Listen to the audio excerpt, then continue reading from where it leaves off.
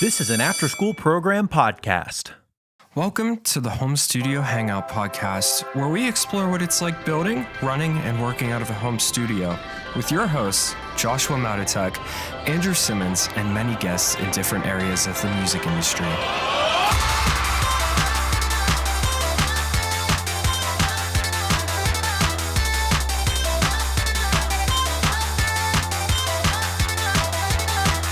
Hey there, and welcome to this episode of the Home Studio Hangout podcast. Today's a fun one. Me and Josh had a random call, and we just decided, hey, let's hit record, throw this on a podcast episode. This one's talking about rates, talking about being comfortable asking for money for what you do, and being confident in your rates and what you are charging as a songwriter, producer, mixer, anything that you do in this industry. Being confident is key, and being self-assured is key in this. We had a good conversation, so let's check it out.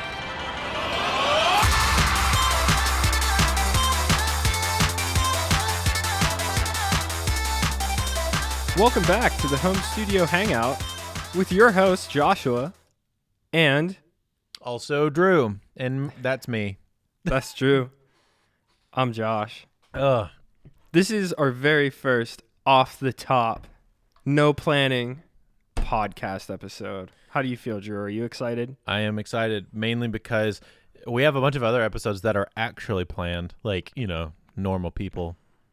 But we were just talking about stuff last night, actually. And we Literally, Drew gave me a call, and I was like, hey, do you just want to, talk about this in podcast form? He's like, yeah. So that's what we're doing. Yeah. Because I got a lot to say. So, what are we talking about today, Josh? We're talking about... rates. Yeah. Yeah. And, being appropriate and raising them and lowering them depending on situational things and a bunch of other aspects. Should be fun. Yeah, man. So...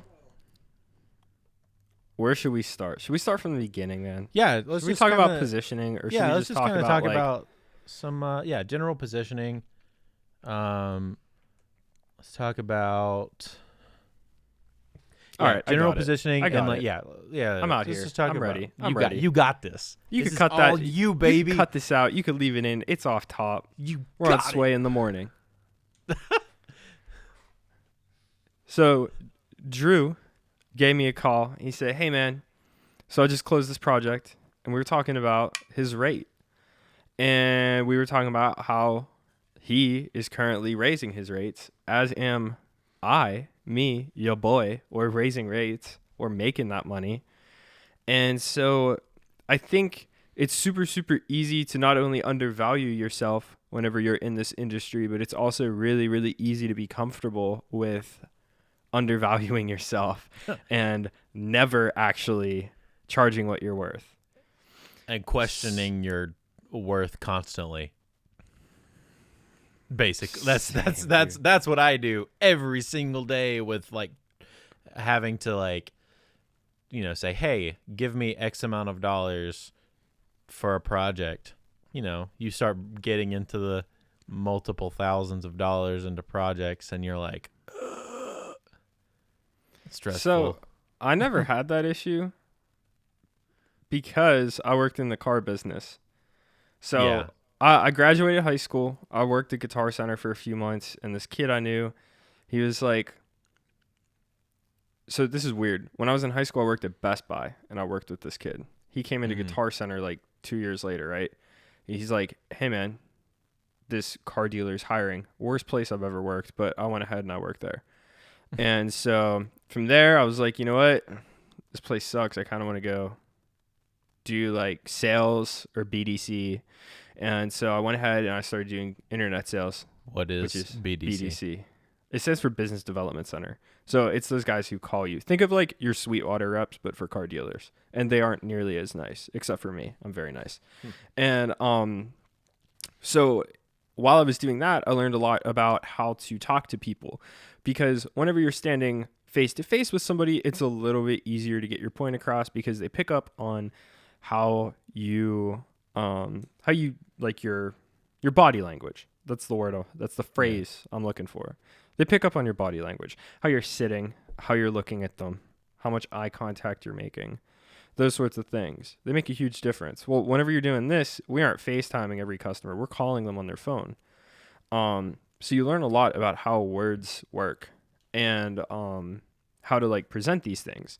So the whole point of my job was internet leads would come in. I would call them back as soon as they came in, and I would say, hey, this is Josh from, we'll say Barrel Toyota. Shout out to Joe. Hey, this is Josh calling from Barrel Toyota over in Cranberry. That's where it was. I'd say, just wanted to reach out. I saw that you were interested in this 2017 Toyota RAV4. Just wanted to let you know it's still available. What time today were you planning on stopping in to take a closer look at it? That's what I would do every single time. And the reason why I would say it like that is because these people are reaching out for two reasons. They're either going to be reaching out just to see if the car is still there, or they're going to be reaching out because they want a better price. So what I did is I would ignore the price. If I called them up and I said, hey, just wanted to get an idea of, what you're trying to do. 9 out of 10 times they'd be like, oh yeah, well, I'm trying to get a great deal. What can you offer me? And now I'm stuck, right? Because they just offered me that. And then I have to go, oh, well, there's actually no discounts. And they'd be like, oh, great, I'm going to go shop elsewhere. I'm like, all right, cool, whatever. Even though our pricing was sick. And so it actually wasn't. We were actually one of the higher dealers in the area, but we did the best because of how we treated people. Yeah. Because people value their time and their mental health a lot more than they value money. So if you make customers feel understood, and if you make sure that you're speaking their language, you're gonna make some money. And I saw this firsthand. The dealer I worked at before Barrel Toyota, we would call them up and we'd say, hey, the car's still available. By the way, if you book your VIP appointment, which is a little salesy. I hate the term VIP appointment. Because it sounds exclusive, but like everybody says it now. Well, it's everywhere. Yeah. Like you could go onto any car dealer site and most of them will be like, book your VIP appointment. So like obviously like that doesn't work anymore. You have to always be adapting. And so you would call them up, you say, hey, we're offering $500 if you book your VIP appointment. Well, guess what? We would take $500 off and we would end up selling the car at $500 under invoice, and we wouldn't make any money besides back end on it. While at Barrel, we were pricing all of our cars. Oh, I probably can't say that. I don't want to put that out into the world because I know that they still do it. Regardless, they price their cars more than the other dealer. I won't get into the specifics. Yeah. And I wouldn't offer them a $500 discount whenever I called them up. This meant that everybody, like I was just ignoring price. And how I would pitch this is, a lot of times people would be like, well, I'm at work until 5. I can't be there until probably like 6 o'clock at the earliest. How long am I going to be there? I would simply say, oh, well, just so you know, we do things a bit differently here. We ensure that our customers get in and out within 2 hours. And the important part of that whole part is it was true. We would be able to get customers in and out in 2 hours if they end up settling on the first car that they come in to look at. Mm-hmm. We could do it, and a lot of dealers can't. So because we were in a market where people valued their time and their sanity more than their money, and they would get this call saying, hey, I don't even like shopping for cars. My car I bought whenever I worked at a car dealer, and I hit up the fleet manager and I was like, hey man, just give me pricing. And then I bought the car because I hate buying cars. And that's the story of how your boy drives a Ford. I would never buy a Ford. and that's really how people work, especially in like 2020. Mm-hmm. Nobody wants to sit around. No one wants to go the long way. There's so many websites that take me forever to find what I want, and I end up giving up. And the whole time I'm just thinking, why couldn't they make this easier? Do they not want to make a sale? Mm-hmm. So let's parallel this. I am. Yep. I am. So what I'm getting at is whenever you were talking to people, whether you're selling cars, whether you're selling burgers, whether you're selling a song, people all think the exact same way. And what you have to ensure is that whenever you're talking to people, you're speaking their language, essentially. No band guy in their right mind would hire somebody who has a website that's difficult to navigate. They're never going to work with somebody who's going to, take up a ton of their time. Mm-hmm. And they're not going to work with somebody who is basically giving them the used car sales pitch. Well, if you hire me today, I'll be able to do this rate. Nobody's ever going to do that. And that's a great way to kind of like ruin your reputation, right? Mm-hmm. Yeah, for sure. How you can successfully make sure that people say yes to your projects is by following those 3 simple rules. They value their time and their sanity. They at the end of the day, nobody actually cares about price if they want something bad enough. And that was the one factor that was left out of the car sales process. Mm-hmm. Because by the time I got those inquiries, they were already sold on the car, especially when I was selling Toyotas, because people are like lifelong Toyota fans, right? Mm-hmm.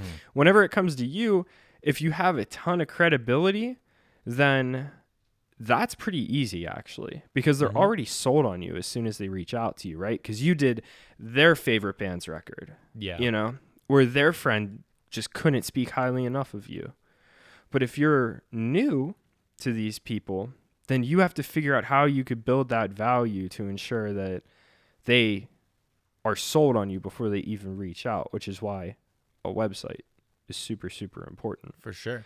Well, let's talk about, for those that are either newer to this or something like that, let's talk about, obviously you spoke about taking yourself pretty seriously whenever we were at the beginning of this. Let's talk about some positioning as far as getting started positioning. Yeah. So I think that whenever a lot of people start out, and I even did this a few times despite my background in sales, it wasn't until it clicked that, oh yeah, what I'm doing is the same exact thing as before that this started changing for me. Mm-hmm. But what a lot of people do is that they'll send out this low quote to a pretty unqualified customer. And then the customer naturally, because you have to understand, people are programmed to negotiate on these sorts of things because they grew up with their parents, their friends, their grandparents, whoever, telling them, hey, these people are out to get you and they want your money. And that's it. And a lot of times, if somebody isn't super qualified, they're gonna reach out to you. And if you don't have a ton of experience, they are 100% going to try to negotiate. And my way of battling that is positioning. So whenever somebody reaches out to me, I talk to them for a bit and I make sure that, we're having a good conversation. Because I never want to just if somebody's reaching out to me about the work I do, there's a good chance that they might not want to hire me. They might just have questions. They might just want to say, hey man, good job. You're killing it. Or just chat because people like to talk about music and stuff a lot. Exactly. You know how music guys are. We all like to talk. Yeah. So what I'll do, I have the conversation. If they say, hey man, I'd really like you to work on stuff, then what I do is I say, hey, why don't you head over to my website and just fill out a super quick contact form. I am awful at getting back to people in my DMs, and I just want to make sure that I don't lose track of you. We'll set up a call to talk about this.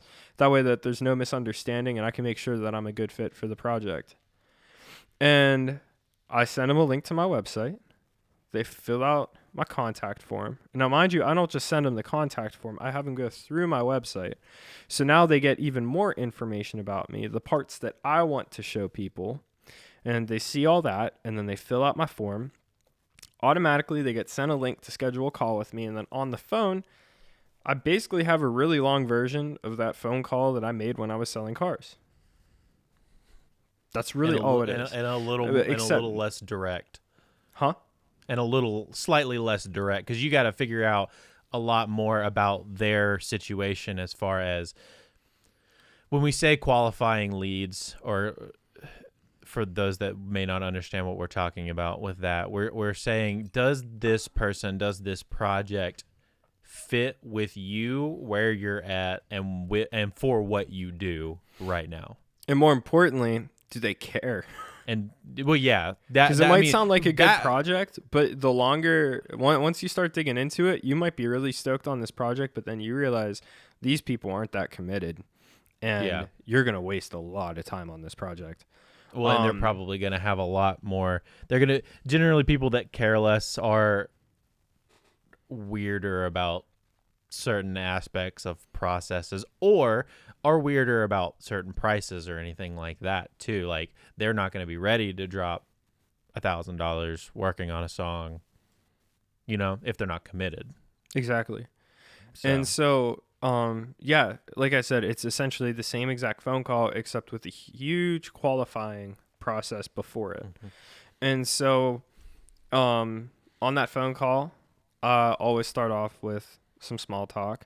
I then get an idea of what they're looking for, how I can help them. And what you really want to do is just ensure that you're going to make the best use of their time. You're going to keep it as easy as possible. And that's really all you have to do for people to say yes. At the end of the day, that's why people buy things, because it saves them money, time, and peace of mind. Those are the 3 reasons why people buy things. Well, and also at this point in the process, they've reached out to you. You've already had a conversation. They've had to click on the link and go through your website and fill out your contact form.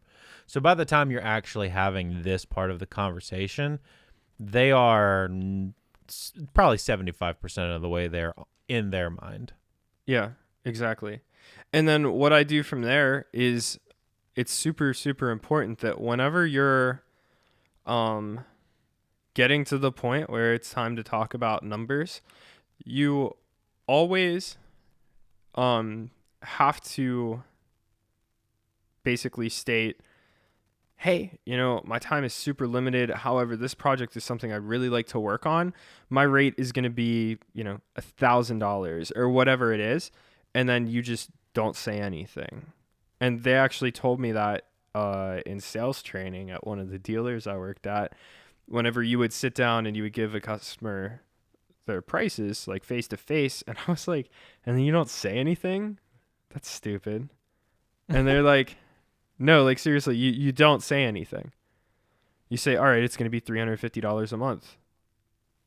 And that's it. And then it makes them want to say something, because silence is awkward. Silence is really awkward. And it's a really great way to, we're not, like, this is not a high pressure sales environment. Yeah. But if you want to get an honest answer out of somebody, make them uncomfortable. Mm-hmm. And not speaking is a great way to make somebody uncomfortable, because if somebody does it to me, I'm either going to be like, are you still there? Or I'm going to be like, yeah, man, cool. Yeah, I could do that right now. Or I'll say, yeah, no. But because you're saying, my time is extremely limited, I'm working on X, Y, and Z, I do have time for this, and I think that we're a great fit, they aren't going to be like, well, can you do it for half? They're not, because you already showed them this is why I price the way I do. Mm-hmm. Something that blew my mind was whenever I started working at Barrel, actually, we didn't negotiate on used car prices. And like, for our listeners, like, they're like, if you bought a car somewhere, every area is different. Pittsburgh was a very like dense and competitive area I gotcha. for car sales. And like, negotiation was still a thing there. There was like one dealer. Well, it was one brand that had a bunch of dealers. It was like, we do no haggle pricing. And that was about it. But we would start doing that. And do you know how we would tell people that we aren't going to negotiate? We say, hey, we use a system called V Auto. It uses real-time sales and auction data to ensure that we have the lowest price within 300 miles, and we'd be more than happy to sit you down and show you why the vehicle is priced the way it is when you get here. And then they set their appointment. And then they buy the car at the price it's listed at. And because you're presenting them with facts generally. Right. And what's important about that is I introduced that idea early. So whenever the salesperson says it, they aren't going to be like, oh, I want to speak to your manager.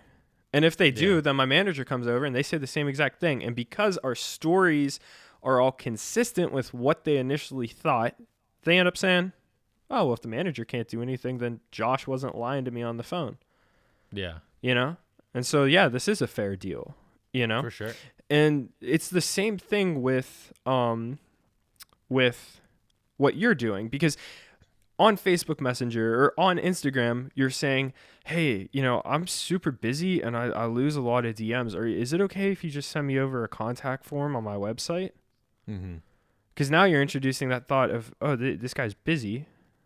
And we are busy people. We're not lying to people. And then...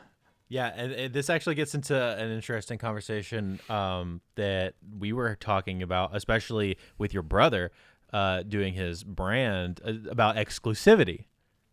This is legitimately we're pushing for exclusivity, which exactly is a huge part of sales.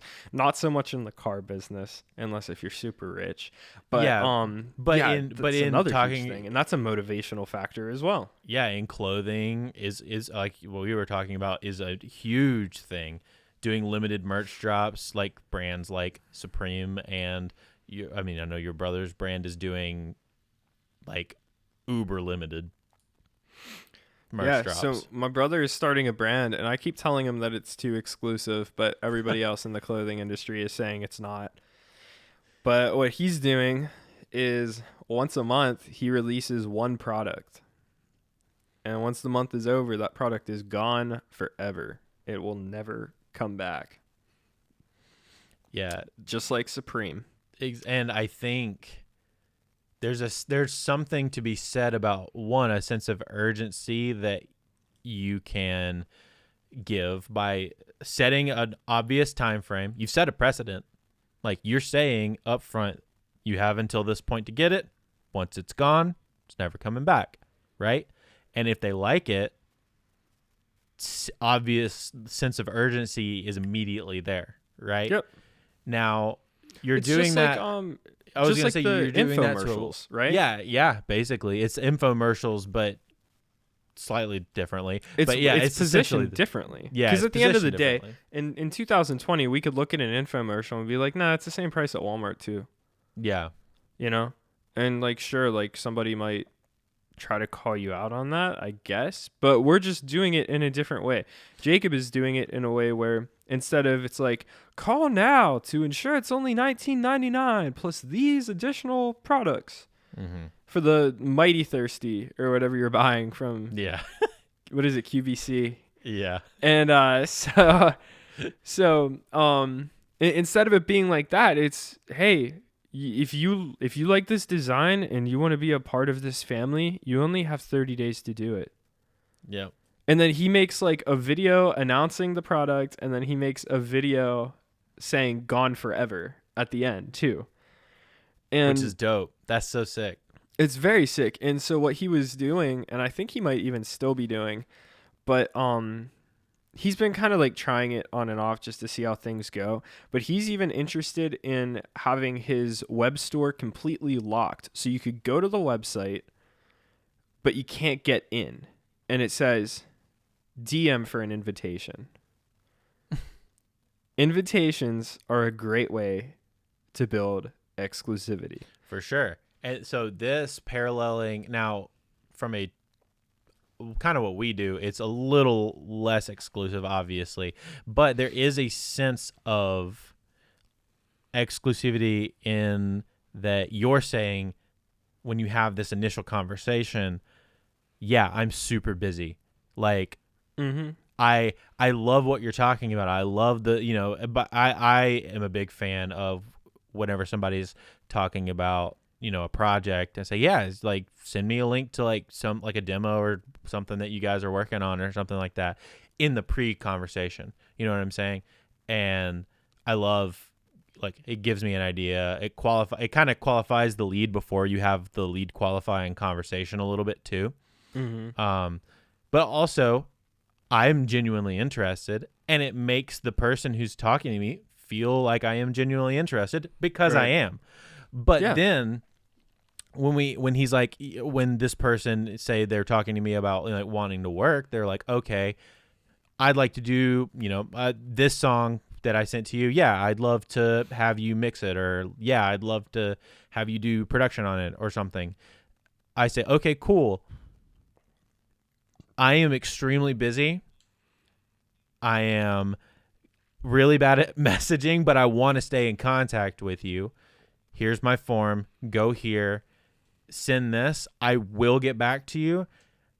But you've set a precedent of a sense of urgency on their end to say, oh, he's very busy.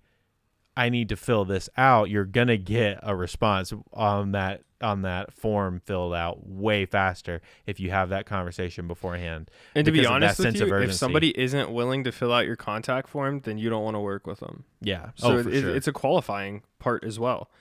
And like having those little moments of building urgency is huge. And it also makes people respect you a lot more. And so like, I don't know. For those without a sales background, you could easily look at this and be like, oh, well, that's just manipulating people. And it's like, no, it's not, because they don't know you that well. Your friend wouldn't try to negotiate on your pricing. Yeah. My friends want to pay me more than my normal rate, And I'm the one who's like, nah, dude, just like buy me Subway, And like, yeah, most people don't know you super well. They never met you in person, right? They don't even know like really what you look like. You know how everybody looks different in their profile picture? Yeah. Like, dude, they don't know what you look like, They haven't seen how big your torso is compared to your tiny little legs. They don't know those little things about you that people might find endearing. So like you have to basically set boundaries in a way that you're not manipulating somebody. You're just getting them from point A to point B in a more efficient way. Because you like at the end of the day, like you have to be super clear about how you speak. I'm reading this book right now, and I believe it's called, is it Words That Work or Everybody Writes? I think it's Words That Work. Words That Work. I don't know. I tried reading one of them, and it was so hard to read that I gave up in like 20 minutes, and I started reading the other one. So I have them confused right now. But they said that this is awful. This is really awful, and I can't believe I'm about to say this.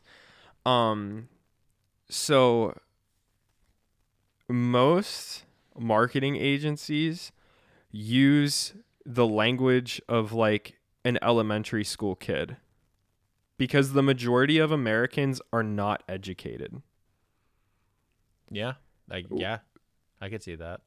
Which is terrifying. It's terrifying. Yeah. And like that also makes sense like why we have our president right now. Because everybody because there were news articles coming out, right, of Donald Trump like said a speech and it didn't even crack like a 4th grade reading level or something like that. And everybody was like so blown away by that. And I just remember thinking, well, like America isn't educated, so yeah, that makes sense. It does make sense. Well, if you think about some of the, this is going down a different conversation, but if you think about some of the copy that you read whenever you're looking, or when some of the phrasing that you hear whenever you're watching if you watch TV, if you're watching a TV commercial or you're seeing an ad pop up on YouTube, you know what I'm saying? Like some of the phrasing is really strange sometimes, and some of like the way they say words or like words that they use specifically are really weird and kind of dumb sometimes. Yeah. Or like you might think, oh, that was a really stupid way to say that. You know what I'm saying? Yeah. Like that makes a ton of sense. It makes a ton of sense. And so it's important to either use that to your it's important to use it to your advantage, and it can go either way. Right? Because you could use that to get more clients, or you can use that to filter out your clients. I was going to say you could use that to qualify people and clients. Yeah, very much so. And so, that's kind of the struggle. It's like a push and pull, right? Like you're trying to figure out how to qualify people and not turning down people that you still want to work with, but then you also don't want to like end up with 50 million phone calls with people who are just not what you want to work with at all. Yeah. So, that's something to definitely keep in mind. Like how you speak is 100% important. On my Words matter. website, I try my best to ensure that like I speak on my website the way that I do in person. Mm-hmm. So yes, my mom is going to shout with me when she reads that copy. But Yeah. like that's how I talk to people. And Yeah. that's how that's how people talk to me. You know what I mean? And so in the digital age, it's super important to ensure that, you're getting your point across as clear as possible in the least amount of time, because people do not like reading. I do not like reading, Yeah. And so, moving forward, that is probably the most, yeah, I'd say that's probably the most important thing to running a business. If you could figure out how to close the majority of the people that you want to work with without negotiating, then you are killing it. I started, man, this root beer got Dude. got my burps going. Once I started basically just taking that approach, I had less people saying, can you do better on price? And I had more people saying, well, sure, but I need to save up for like 2 weeks. And I say, okay, cool. And then I follow up with them in 2 weeks. And they're like, yeah, man, here's the money.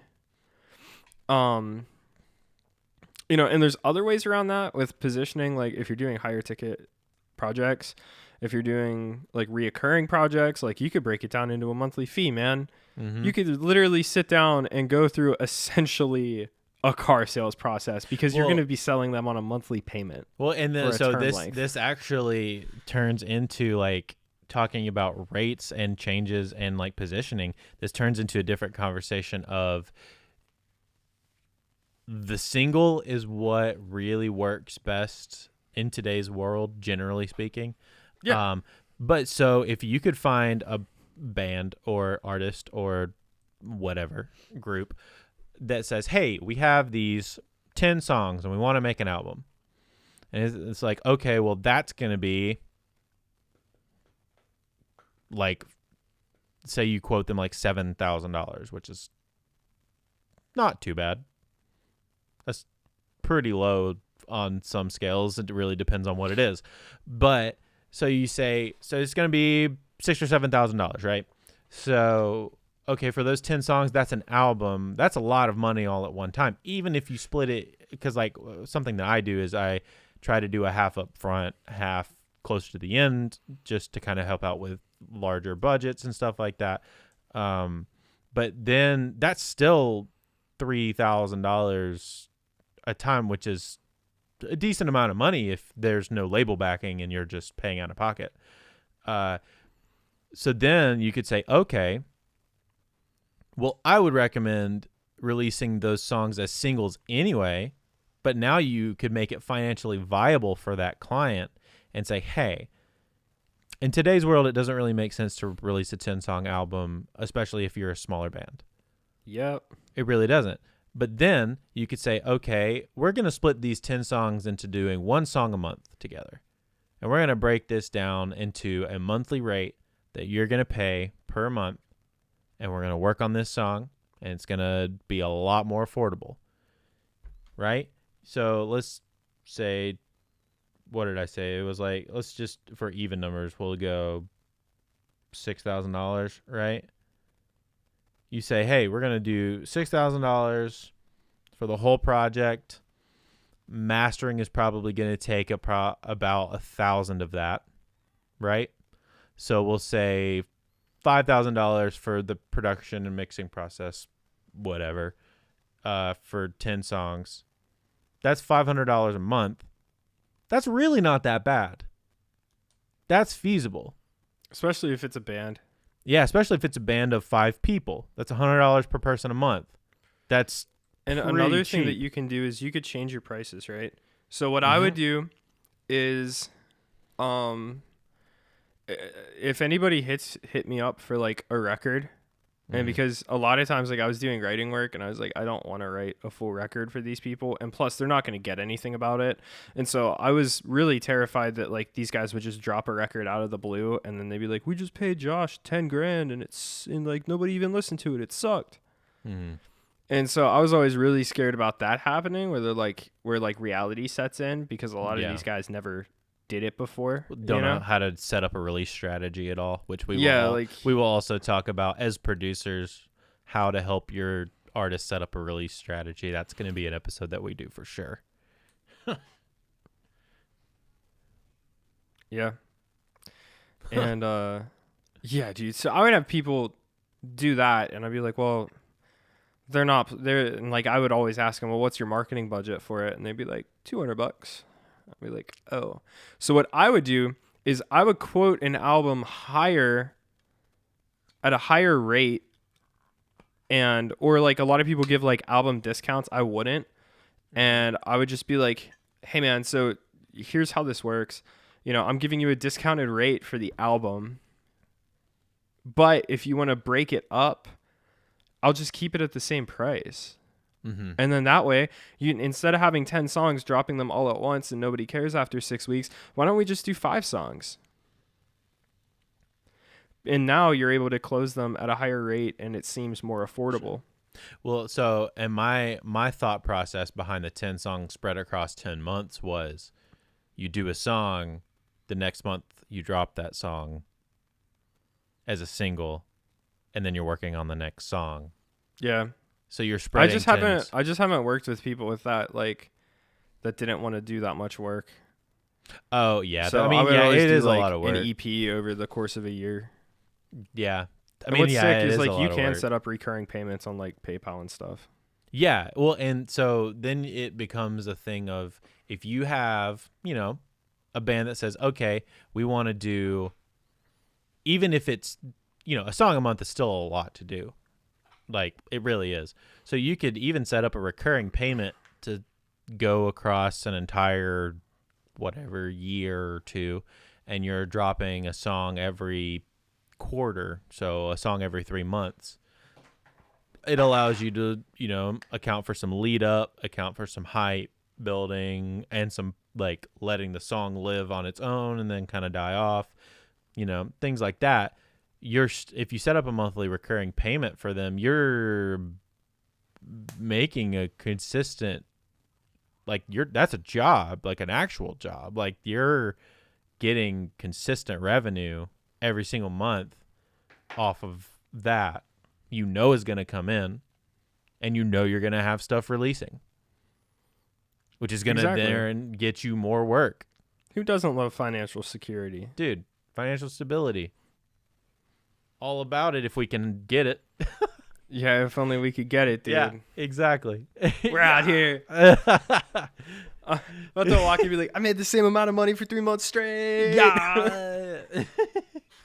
And yeah, I mean, there's a lot that you can do nowadays, especially with how the industry is changing to like a single basis, which I love because I don't have the attention span for albums unless if the album is super artsy and it should be an album, but most albums are just like 4 singles plus filler, and I think that they're pointless. Yeah. So yeah, try to convert your artists onto singles, get them on some sort of a payment plan, hold them accountable so they actually do it. For sure. You'll be doing some cool stuff, my dudes and gals. Girls are still dudes. Girls, everybody's dude. My speakers are dudes. Everybody's dudes. Everybody's dudes. So, my computer's dudes. My dog's dudes. That's a good place to stop. We ended up being less about rates and more about qualifying leads and pipelines, but yeah. Oh, and as far as like raising your rates go, just make sure that you're like, here's the deal. If you think that the price you're quoting is going to be too high, add like $100 onto it.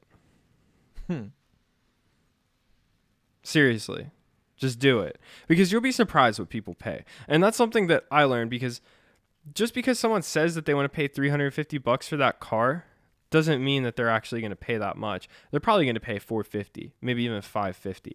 I've seen people come in and say, yeah, I don't want to pay more than $299, and we end up sending them away at $550 a month because they realize, like, hey, you know what?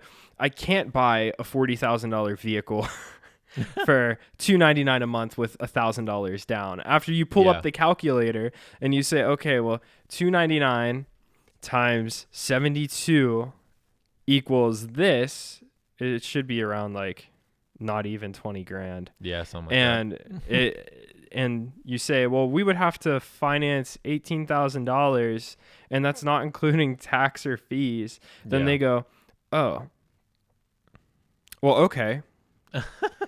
And then you say, but this is what we can do. And it's like, well, you know, you filled out your finance application. Obviously you could afford this and you really, really need this Tacoma. That way you could tow your camper and have a good time with your kids, because they aren't buying that $40,000 truck because they just want a $40,000 truck. They want that $40,000 truck because of the weekend camping trips they get to spend with their kids, right? Or they're buying that brand because of the reliability. It makes them feel safe. You know, nobody buys a hammer because they want a hammer. You buy a hammer because you want your living room to feel like a home with your family picture hung up on it. And nobody pays a producer because they're a producer. Right. Nobody actually wants to hire you because, you know, you have a good mix, right? Like you're going to give them a good mix, or like you're going to write a decent top line, right? A lot of people can write good top lines and a lot of people can make decent mixes. Right. They're coming to you because they see you as somebody that they identify with. They identify with the content you're putting out, with the words on your site, the way that you speak to them. You make them feel comfortable, and they feel like you're going to be a great part of their team. It's a community effort. And at the end of the day, it is. And all these things that I'm saying, like, anybody can call them sales tactics, but at the end of the day, I truly believe this stuff. You know, whenever I'm saying, hey, I'm super busy, dude, I'm super busy. Yeah. Whenever I say, hey, I really want to work with you, I'm saying, hey, I really want to work with you. And then whenever I say, hey, this album's going to cost more money, why don't we just go ahead and do some singles? What I'm actually saying is, hey, this album's really expensive, and if you pay me that much, I'm going to waste your time and money. And we should probably do some singles. Yeah. So that everybody's more hype on it for a longer amount of time. Yeah. It's like nothing about, cause like, I don't know. I was around a lot of toxic, like, sales processes, man. Car industry can be the Wild West. And I've seen some awful, awful things happen to people, you know? There's always the good old fashioned, well, you know, you might not be happy with the interest rate, but you could always refinance after 6 months. You want, like, people still fall for that, and it drives me crazy. Because what that actually says is we're holding 4 points on your rate. We're not giving you the best rate you qualify for. But you could finance in 6 months, and they're not actually going to refinance in 6 months. Or they won't get approved. And that always bugged the heck out of me, because I saw people with 20% interest rates be buried in their car from day one, and then the car blows up and they can't get out of it. But whenever I tell people everything that I tell them, I mean it. And so there's nothing wrong with having a sales process. I know a lot of people are bugged out by sales. Yeah. What is important is that you're authentic and you're honest and you believe in what you're selling and what you're doing. I think that's the biggest part of it, is the sales process has to be an extension of you. Right. We're not like, you know, now if somebody hit me up and they wanted me to mix a Americana record, right? And I was like, hey man, you know, and I had no free time, or I had no spots available. What am I trying to say? If you don't have time. I had no projects booked. That's what I'm trying to say. Yeah. So if I had a ton of free time, I suck at this genre of music. I know I suck at this genre of music. I know that I don't actually want to work with them, but I want their money, and I go through that whole thing and say the same thing, then I'm dishonest. Yeah. You know, now you're that used Then car you're salesman sleazy. in a leisure suit. Yep. You know? And so like that's what's important. The qualification process is simply to ensure that everything that you're speaking about is something that you 100% back. And that's something that I stand by, because you're not going to get anywhere with lying to people, dude. If you sit there and you tell people, yeah, man, well, like, I mix heavy music, so this Americana record's going to be no problem. Then you charge the poor guy $1,000 a song to mix it, and then it sucks. The whole world is going to hear about that, and you're not going to have a job anymore. Yeah. That's how you destroy a reputation, man. Yeah. And so well, and that's as soon as people find a good sales process and a bad one. Yeah, as soon as people find out that you're being dishonest with your sales process, and it's not like, so yeah, like if I say I genuinely enjoy, if I'm being genuine and say I genuinely enjoy this song, right? You feel like, oh, he's very interested in what I'm doing. Mm-hmm. But if I tell you disingenuously that I really enjoy the song and I think we can really do something with it, and then I kind of half do it and the song's just kind of meh, and like I don't seem super interested in it, or, you know, and then I charge you $2,000 to do this song and you didn't have a good time. I was just, you know, not present the whole time and talking about a bunch of other projects that I'm super excited about. You know, you're not going to come back to me. You're not going to work with me again. You're probably not going to tell other people to work with me again. And I just lost about 10 different leads because of that.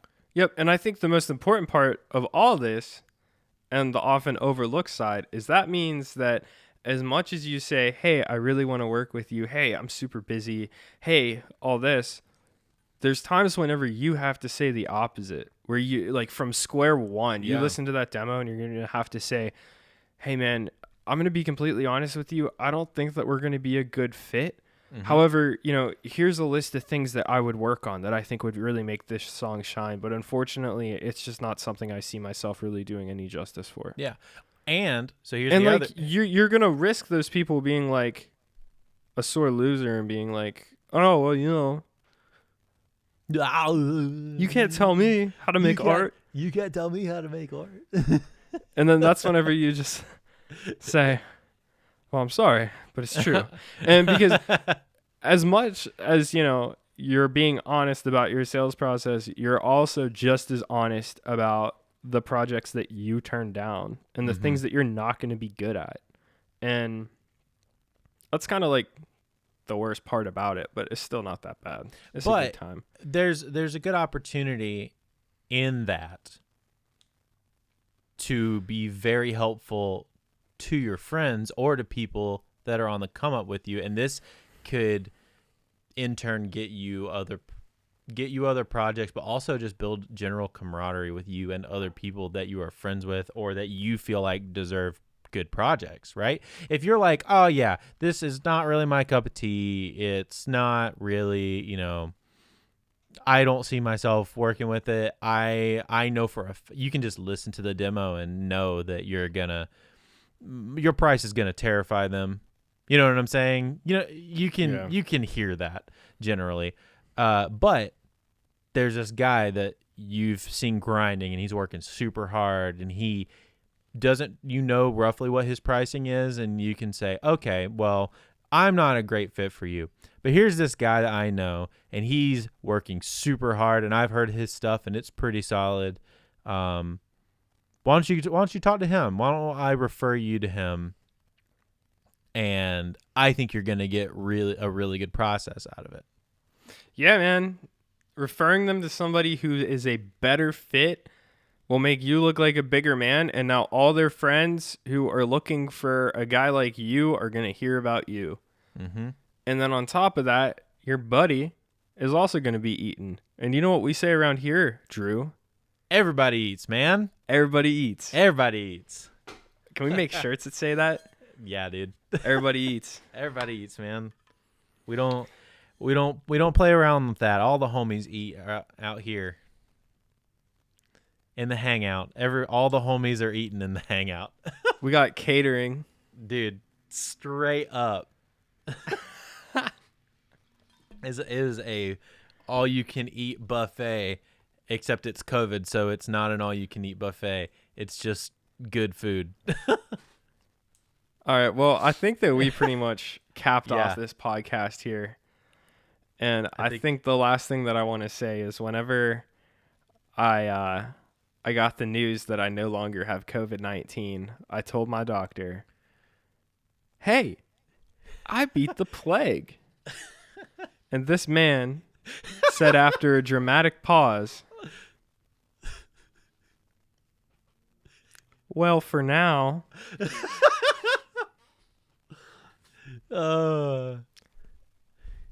And I left them a 5-star review after that. I'm about to say, and that's how you don't go back to your doctor.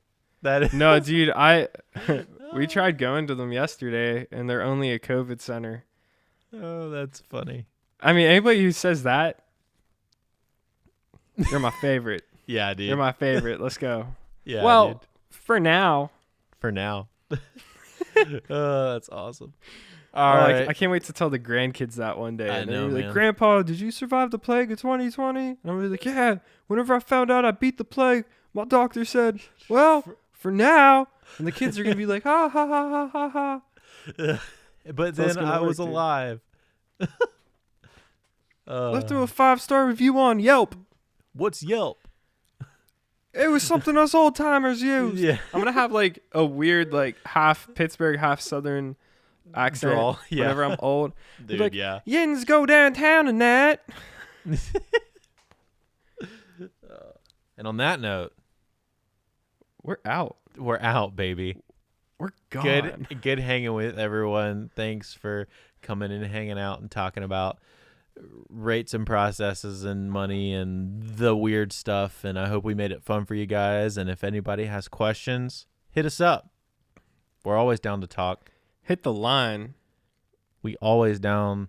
They're gonna be like, "Hey, To talk. Josh, I really liked your episode," and I'm gonna be like, "Great, sounds like a great project that I would like to work on. Go to my website and fill out a contact form." No, but for real, thanks for coming and hanging out. Bye. Bye. And that's it for this episode of the Home Studio Hangout podcast. Thank you so much for listening. Please check us out on your favorite podcasting platform. Leave a review. It helps the show so much. Kind of get out there for new people to find. If you want to watch this, if you aren't already, check us out on YouTube by searching Home Studio Hangout.